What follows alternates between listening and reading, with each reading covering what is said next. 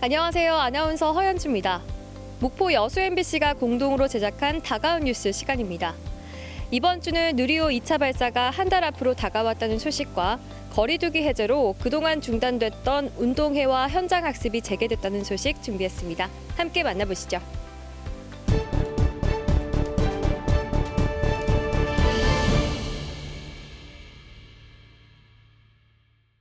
지난해 10월 1차 발사가 이뤄진 한국형 발사체 누리호. 1단과 2단은 성공적으로 분리돼 목표 고도인 700km 상공까지는 올라갔지만 3단 엔진이 계획보다 일찍 연소가 종료돼 지구 저궤도 안착엔 실패하면서 절반의 성공이란 아쉬운 평가를 받아야 했습니다. 오는 6월 15일 2차 발사를 앞두고 나로우주센터 조립동에는 누리호의 막바지 조립이 한창입니다. 1차 발사의 실패 원인으로 꼽힌 산화제 탱크와 헬륨 탱크, 진동과 부력 등으로 파손된 탱크 장치에서 엔진으로 유입돼야 할 산화제가 누출돼 엔진이 일찍 멈췄던 건데 이날 산화제 탱크 덮개의 두께와 헬륨 탱크 고정부를 보강하는 등의 기술적 조치도 실시됐습니다. 고압 탱크를 지지하고 있는 지지 구조물 설계 미스가 있었고요. 설계 변경 수정해서 지상 시험을 수행해서 문제가 없도록 조치를 취했고요. 더미 위성만 실었던 지난 1차 발사와 달리 이번 2차 발사에는 누리호의 성능을 검증할 수 있는 위성도 탑재될 예정입니다. 2차 발사 때 이 검증 위성을 통해서 확인이 되면 상업용 위성을 발사할 수 있는 그 기능을 확보했다는 것을 확인할 수 있는 것이죠. 항우연은 우주산업을 육성하기 위해 2027년까지 누리호를 여러 차례 발사해 발사체 기술을 고도화할 예정입니다. 절반의 성공으로 끝난 1차 발사의 아쉬움을 딛고 이번 2차 발사에서는 우주 강국으로의 도약을 꿈꿀 수 있을지 관심이 모아지고 있습니다. MBC 뉴스 강서영입니다. 정부의 탄소 중립 추진 로드맵에 따라 오는 2050년까지 여수 광양항이 탄소 중립 항만으로 전환됩니다. 그 핵심 전략 중에 하나가 여수 광양항에 순환형 수소 공유망을 구축하고 항만과 산단에 수소 유통 환경을 조성해 광양만권 수소 산업 생태계를 개척한다는 구상입니다. 앞으로는 이제 화석연료를 대체해서 그린 수소가 나오니까 그린 수소를 자유롭게 이렇게 거래할 수 있는 환경 조성이 필요하다. 그래서 순환형 수소 공유망은 총 사업비 2,500억 원 가량이 투자될 예정이며 여수 국가산단과 율촌산단에서 세풍 황금산단과 광양 컨테이너 부두를 거쳐 광양제철소와 묘도를 잇는 52km의 수소 배관 연결 사업입니다. 대형 사업인 만큼 국비 지원이 필수적인데 관련 기관과 기업들은 우선 이를 위한 연구 용역을 공동 발주할 계획입니다. 이번 용역에는 전라남도와 여수시, 광양시, 여기에 GS칼텍스와 남해화학, 삼성물산, 포스코 한양 등 기업들도 용역비를 분담할 예정입니다. 물류 비용이 대폭 줄어들겠죠. 그렇죠. 각자 회사들이 탱크를 이용해서 해야 되는 거를 공유망이 있으면 바로 인접해서 끌어다 쓸 수가 있으니까. 이번 용역은 여수 광양항만공사가 주도적으로 추진할 예정이며 착수일로부터 8개월가량 걸릴 것으로 보입니다. 순환형 수소 공유망 구축이 광양만권을 탄소 중립의 선도 지역으로 새롭게 자리매김하는 계기가 될 전망입니다. MBC 뉴스 최우식입니다. 광양 항내 야들을 빼곡히 채운 수출용 자동차들이 선적을 기다리고 있습니다. 현재 자동차 전용 부두로 쓰이고 있는 이곳 광양항 3단계 2차 부두가 6,915억 원의 사업비가 투입돼 자동화 부두로 새롭게 구축됩니다.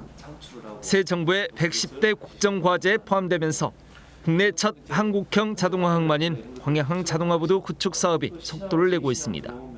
이달 중 학술과 기술 용역 발주를 시작으로 올해 안에 관련 사업 수완 용역을 모두 수행한 뒤 내년부터 건설 공사와 장비 제작에 착수할 계획입니다. 우리 국내 기술력을 집적하고 활용하겠다. 이게 어떻게 보면 큰 포인트입니다.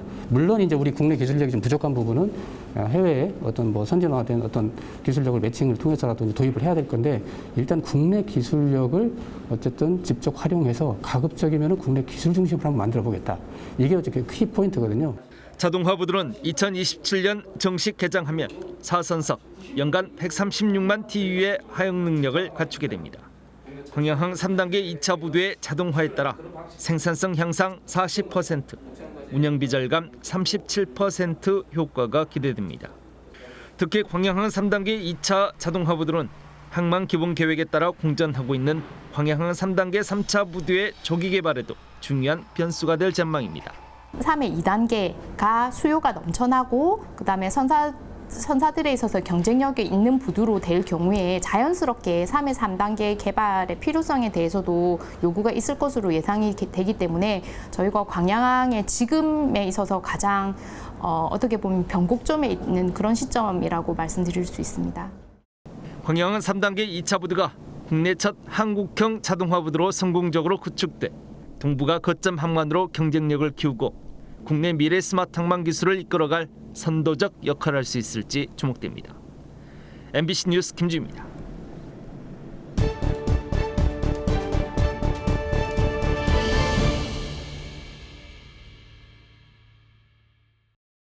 후보자가 한 명뿐이어서 투표를 하지 않고도 당선된 기초단체장은 전국에 6명.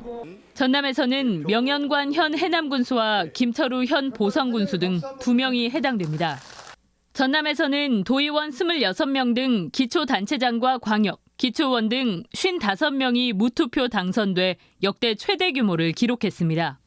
민주당의 최대 기반 지역으로서 독점 구도가 더욱 강해져 대안 세력마저 사라졌음을 여실히 드러내고 있습니다.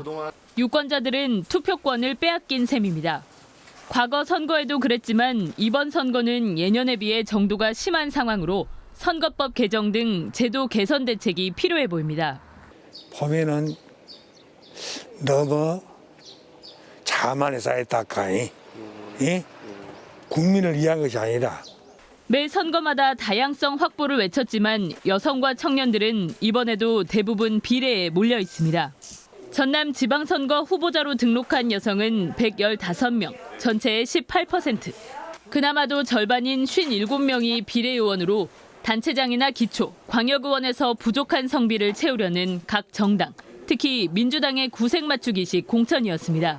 공천이 제일 문제라고 생각해요. 공정하지 않은 거? 인지도도 없고 또 무슨 활동도 없으신 분이 갑자기 후보가 된다던가 뭐 그런 경우. 네. 한편 이번 6일 지방선거에 출마하는 전남 지역 후보자는 모두 638명으로 평균 1.9대 1의 경쟁률을 보였습니다. MBC 뉴스 김진선입니다. 담벼락에 붙은 선거벽보는 공직선거 본선거의 시작을 알립니다. 집집마다 유권자 손에는 후보자 선거 공보물이 배달됩니다. 사전 투표장 관리, 본 투표장 관리, 개표소 관리는 대규모 인력이 필요합니다. 이 같은 공직선거 관리 업무를 맡아왔던 지방공무원들이 점차 선거 업무를 거부하고 있습니다. 국가 업무에 대한 협조라는 핑계로 지방자치단체 공무원의 노동력을 저임금으로 착취해서 유지해왔던 것이 사실이다. 실제 공직선거에서의 지방공무원 참여율은 하락하고 있습니다. 지난 2017년 실시된 대선 투개표 사무원 가운데 63%가 지방공무원이었는데 2022년 대선에서는 지방공무원 비율이 46%까지 떨어졌습니다. 선관위 대신 선거 업무를 하며 온갖 민원을 감당해야 하고 선거 업무 수당 역시 비현실적이라는 게 선거 업무 거부의 이유입니다. 수당 인상 등 선관위의 선거 업무 처우 개선 노력이 없는 건 아니지만 지방공무원 마음을 돌리기엔 역부족입니다. 선관위 고유 사무를 수행하기 위해서 지자체 공무원에게 의무 없는 노동을 강요하겠다는 발상이다. 적반하장이 따로 없다. 선관위는 여전히 지방공무원들의 적극적인 선거 업무 지원 참여가 절실합니다. 정치적 중립 의무를 지닌 데다 선거행정 사무에 대한 높은 전문성과 이해도 때문에 지방공무원이 공직선거의 핵심이기 때문입니다. 하지만 6일 지방선거가 임박한 현재까지도 투개표 관리 담당을 구하지 못한 선거구가 발생하는 등 선관위의 초조함이 커지고 있습니다. 단시간 내에 많은 인력과 장비, 시설이 일시에 동원되는 선거 사무를 선관위 직원만으로 치르는 데 한계가 있기 때문에 원활한 선거 진행을 위해서는 그동안 선거 사무의 핵심적인 업무를 담당해 오던 지방 공무원의 참여가 매우 필요합니다. 이런 가운데 투표소로 활용됐던 읍면 동사무소와 학교 등조차 점차 선거 장소 제공의 비협조적인 분위기가 커지면서 갈수록 선거 치르기가 만만치 않아지고 있습니다. MBC 뉴스 양정은입니다. 목포 어린이바다과학관에 학생들의 발길이 이어지고 있습니다. 수압을 느껴보기 위해 손을 넣어보기도 하고 모니터를 통해 바다에 대한 다양한 정보를 얻습니다. 사회적 거리두기가 해제되면서 학생들이 현장 체험에 나선 것은 3년 만입니다. 네, 오랜만에 친구들이랑 같이 체험학습 올 수 있어서 너무 좋아요. 학교 운동장이 모처럼 시끌벅적합니다. 코로나19로 그동안 중단됐던 운동회가 다시 시작됐습니다. 땀을 뻘뻘 흘리면서 자신의 몸보다 더 큰 공을 굴립니다. 아직은 조심스러운지 대부분 마스크를 끼고 있지만 그래도 즐거운 표정입니다. 이번에 코로나가 완화되면서 학사 운영도 정상으로 운영을 하는 차원에서 운동회나 체험학습을 저희들이 추진하게 되었습니다. 육상등 전남 대표 선수 선발을 위한 다양한 종목의 경기대회도 곳곳에서 진행되고 있습니다. 각급 학교들은 이달 말부터 수학여행과 현장 체험학습 등을 재개할 예정입니다. 코로나19로 그동안 학교 생활을 만끽하지 못했던 학생들이 이제는 친구들과 함께 즐거운 추억을 만들어가고 있습니다. MBC 뉴스 박종호입니다.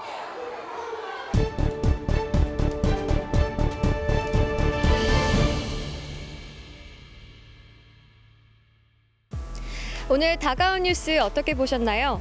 다음 이 시간에는 더욱더 풍성한 소식으로 찾아뵙겠습니다. 많은 관심 바랍니다. 고맙습니다.